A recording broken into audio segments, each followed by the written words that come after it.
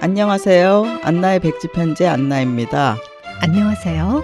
최영란입니다. 지구가 몸살을 앓는지 유럽이 유례 없이 무더위로 힘들어 하더니 우리나라도 극한 폭염으로 40도가 넘는 지역이 많네요. 모두 건강에 유의하시고 여름을 이겨내시길 바랍니다. 얼마 전 비행기를 탔는데 여운이 남는 좋은 영화를 보았어요. 우리나라에서 상영되기는 했는데 흥행이 되지 않아 좀 아쉬웠어요. 우리에게는 아직 내일이 있다 라는 이탈리아 영화인데요. 저도 안나의 말을 듣고 넷플릭스를 찾아봤더니 거기엔 없어서 실망했어요. 그런데 큰 사위가 쿠팡 플레이에서 제 태블릿에 다운을 받아줘서 사위 덕에 볼 수 있었죠. 이 영화는 이탈리아에서 여성 감독으로는 역대 최고의 흥행을 기록했고 여러 국제 영화제에서 수상한 작품이라고 하네요. 이번 달 안나의 백지 편지 79회에서는 우리에게는 아직 내일이 있다는 영화에 대한 이야기를 나누어 보려고 합니다. 이 영화는 2차 세계대전이 끝난 뒤에 이탈리아의 한 가정을 소재로 만든 흑백 영화죠. 주인공 델리아 역의 배우 파올라 코텔레시가 시나리오도 쓰고 감독도 하며 만든 영화로 가난과 폭력 등 참담한 환경과 여자의 삶을 여자의 섬세한 시각으로 잘 표현했다는 생각이 들었어요. 이태리 영화인데 남자들의 가부장적인 태도가 한국하고 비슷한 면이 있다는 생각이 들었어요. 첫 장면은 잠에서 깬 델리아가 잘 잤냐고 묻자 남편이 느닷없이 뺨을 후려치는 어이없는 행동을 해요. 뺨을 맞은 델리아는 늘상 겪어서 아무렇지도 않은 듯 일어나 고단한 하루를 시작하죠. 델리아는 집안일과 시아버지 병수발을 들면서 집안일 외에 주사 놓는 일, 헌 옷을 수선하는 일, 우산을 고치는 일, 빨래 해주는 일 등을 하면서 돈을 벌어오고 남편에게 고스란히 빼앗기게 돼요. 남편은 전쟁에 2번이나 참가했다는 자부심과 가장이라는 권위를 앞세워 델리아를 억압해요. 남편은 억지로 트집을 잡아 수시로 폭언과 폭행을 가하죠. 폭행하는 잔인한 장면 대신에 춤을 추는 모습으로 표현했는데 슬픈 블랙 코미디를 보는 것 같았어요. 남편의 폭행이 시작되려는 분위기에 딸 마르첼라는 두 남동생을 데리고 자연스레 방으로 들어가요. 흠씬 맞고 난 델리아를 향해 딸 마르첼라는 엄마를 사랑하면서도 엄마의 삶이 안쓰러워 엄마처럼 사느니 자살하겠다며 왜 안 떠나요? 라고 묻지만 델리아는 주저하며 어디로? 라고 말하죠. 딸 마르첼라는 중학교를 못 가고 카페를 운영하는 집안의 아들 줄리오와 약혼을 하지만 델리아의 눈에는 줄리오의 이기적이고 폭력적인 모습이 보였어요. 또 젊은 시절에 자신의 남편의 모습과도 겹치는 것을 느끼고 딸의 미래가 자신과 다를 바 없겠다는 생각에 마르첼라를 자신과 같은 삶에서 구하겠다고 마음먹어요. 자신을 돕고 싶어하는 미군에게 부탁해서 줄리온의 카페를 TNT로 폭파시켜버려요. 마르첼라의 결혼도 무산되죠. 그런 장면에서 제2차 세계대전 이후 미군이 주둔한 역사적인 배경을 알려주죠. 델리아와 미군의 첫 만남은 델리아가 길에 떨어진 미군의 가족 사진을 우연히 발견해 찾아주는 일이 계기였죠. 미군은 고마움의 표시로 델리아에게 초콜릿을 몇 개 주고 또 도움이 필요한 일이 있으면 말하라고 하죠. 초콜릿을 받아서 오는 길에 어릴 때 옛 연인 니노를 만나 초콜릿을 나눠 먹으면서 옛 감정을 떠올리죠. 여기에 복선이 깔립니다. 한편 초콜릿을 집에 가져가 아이들에게 주다가 출처를 묻는 남편으로부터 심한 폭행을 당합니다. 델리아는 마르첼라의 결혼 자금으로 아무도 모르게 조금씩 모아둔 돈을 웨딩드레스 값이 아닌 마르첼라의 학비로 쓰려고 마음먹죠. 이 돈으로 학교에 다녀 라는 맞춤법도 틀린 글자를 조심스레 써내려간 델리아의 한 줄짜리 메시지와 함께 담긴 봉투 안의 돈은 주체적인 삶을 살도록 지원하는 엄마의 희망이고 사랑이며 미래를 위한 선택이라고 생각했어요. 델리아가 어디론가 가려고 하는 D-Day에 시아버지가 돌아가시고 말죠. 그날은 할 수 없이 문상객들을 맞이했고 델리아는 다음 날 돈봉투와 편지를 자고 있는 딸 침대 곁에 두고 집을 나가요. 전속력으로 달려간 델리아가 많은 사람들이 모여있는 곳 가까이에 가서 줄을 서고 뒤따라온 남편이 델리아를 찾아내려고 애쓰지만 찾지 못하지요. 집을 나올 때 서두르다 우편물을 떨어뜨리고 온 것을 모른 델리아는 그곳에서 당황하게 됩니다. 그때 딸 마르첼라가 헐떡거리며 뒤따라와서 우편물을 전해주죠.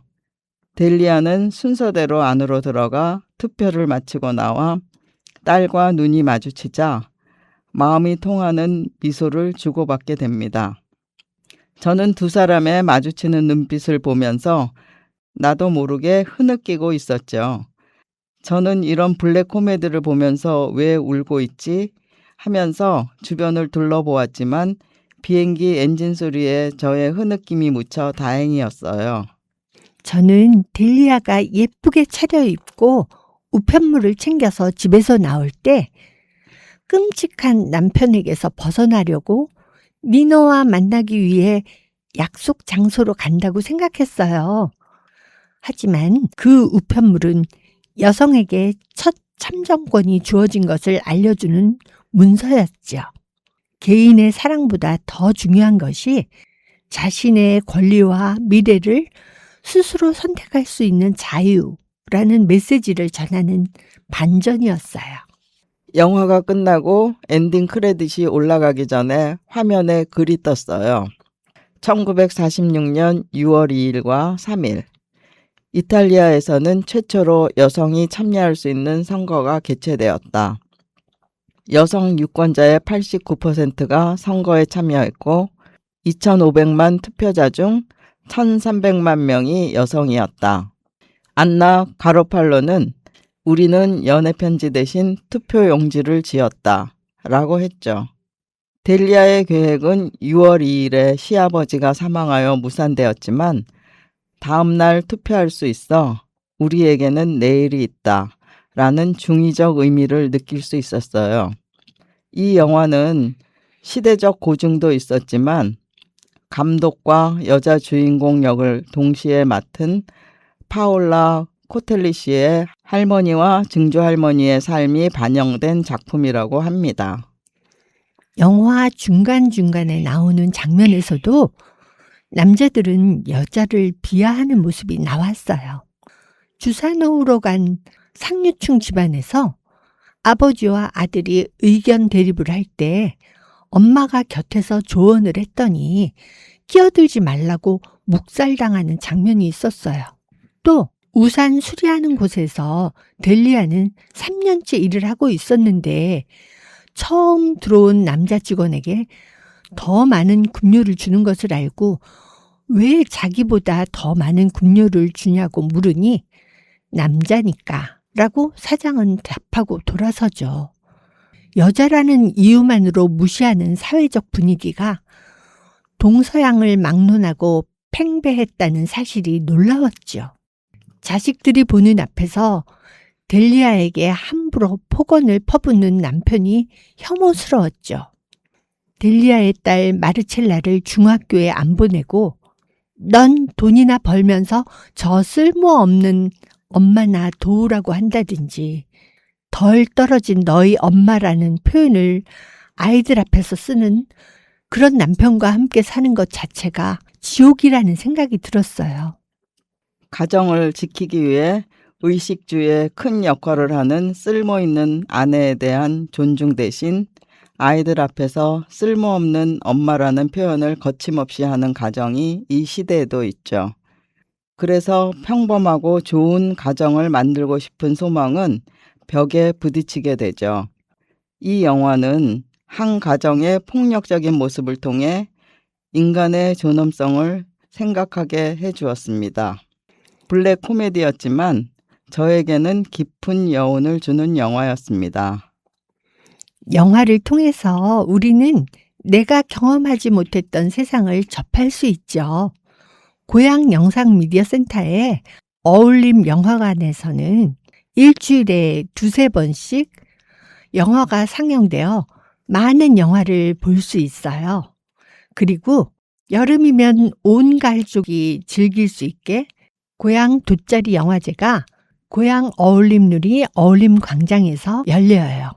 올해는 8월 21일과 8월 22일에 저녁 6시부터 행사가 시작돼요. 저도 올해는 돗자리를 들고 손주들과 함께 참석하여 영화도 보고 어울림 광장에서 마음껏 영화제를 즐기고 싶네요.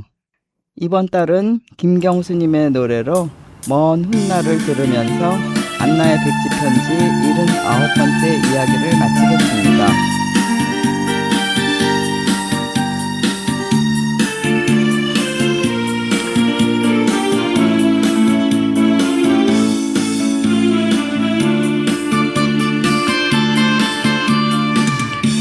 행여나 날 찾아왔다가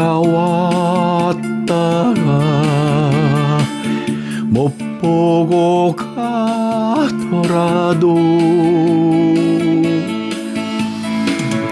옛정에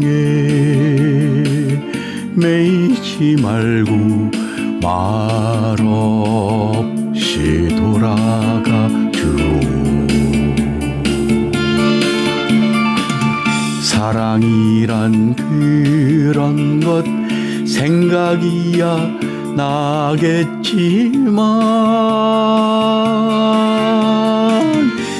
먼 훗날 그때는 이 사람도 떠난 후일 테니까.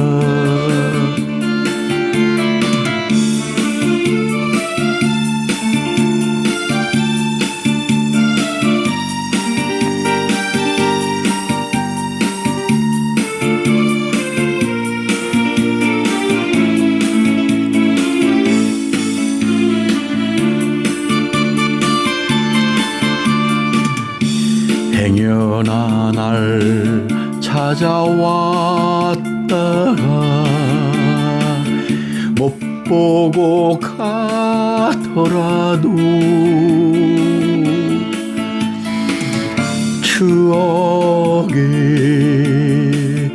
머물지 말고 말없이 돌아가 주오. 사랑이란 그런 것 생각이야 나겠지만